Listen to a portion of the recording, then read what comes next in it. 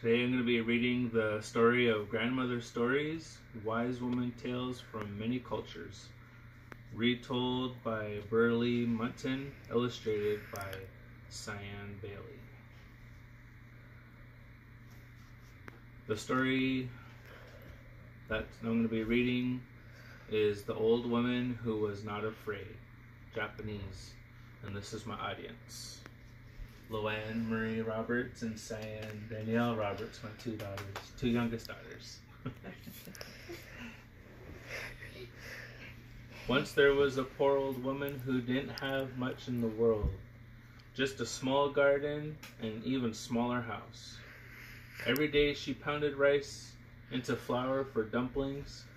She steamed the dumplings and then she sold them for a little money. Everyone loved the old woman's dumplings as they were the sweetest in town. One day, she dropped a whole plate of dumplings, and those little round dumplings rolled right out of the door. They rolled down to the path and all over the road. They rolled into the woods and kept right on rolling until they bumped into the tree where they stopped. The old woman chased her dumplings into the woods. Just as she bent down to pick up her dumplings, someone reached out and grabbed them and ran off deeper into the woods. "Hey!" yelled the old woman. "That's my supper." Here she is. She's chasing that little person down into the woods. She knew that Ani had stolen her dumplings. That's Ani. Everyone in Japan knows that Anis are hairy little creatures with horns who live in the woods. They are always hungry and love to eat sweets. Most people leave them alone, but the old woman was so angry she ran after the Ani who had stolen her supper.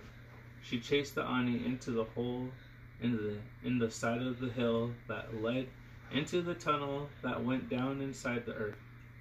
Suddenly she found herself standing in a large, wide cave full of Anis. The Anis were widely chewing her dumplings, smiling and laughing and licking their lips with glee. "Who is the cook? Who made these scrumptious sweet dumplings?" the Ani leader asked. The old woman liked to be praised for her dumplings, and for a moment she forgot that the Anis had eaten her supper. "I am the one who cooked these dumplings," she proudly said. The Ani leader bowed to the old woman, and the rest of the Anis cheered.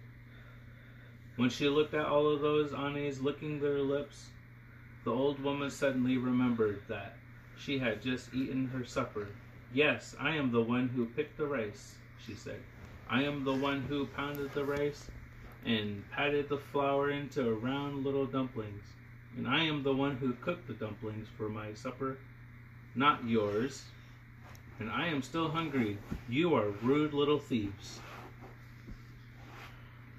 "Oh dear," said the Ani leader, and the rest of the Anis grew quite old. "Old woman, your dumplings were so scrumptious. We quite forgot our manners. Now will you please be our guest? Will you cook your supper right here in our kitchen?" he asked. "You can make plenty of dumplings, and we will have the dumplings for supper." The Anis shouted and cheered for more dumplings. Their voices were loud in the large, wide cave, and they rubbed their bellies. "More dumplings, they yelled. The old woman followed the Ani leader to the Ani kitchen. "Goodness me," she said to herself. "I am alone in this cave with a whole pack of Anis. How will I ever get out of here?" But she was not afraid.